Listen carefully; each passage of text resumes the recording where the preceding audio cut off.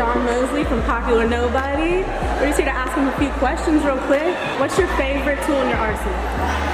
I got a lot of favorites, but the one I'm holding specifically right now is a Mamba 6.5 Hanzo that I had custom done. Make sure that logo's everywhere, because it's about marketing and the brand and everything you do. You understand me? So it's little fancy dancy things, you know.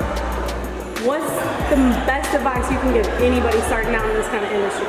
The best advice I could give anybody is stay humble, stay hungry, respect the journey, respect the process, and always remember you got to move on your time, not somebody else's time, and not Instagram time. It's your time, and just learn everything you can to be prepared for any situation you get into. Alright, so I see for the past 2 days you rep Georgia teams, so I just have a few questions about that, because don't you live in like Texas and California? Yeah, don't worry, it ain't about where you're from, it's where you're at. And yeah, but I got Georgia roots. My mama from Georgia, so I always pay homage. I always like the Bulldogs. I like the color. Falcons I'm not really cool with, but it's whatever. I just supported the hat because it was dope hat. And yeah, that's about it.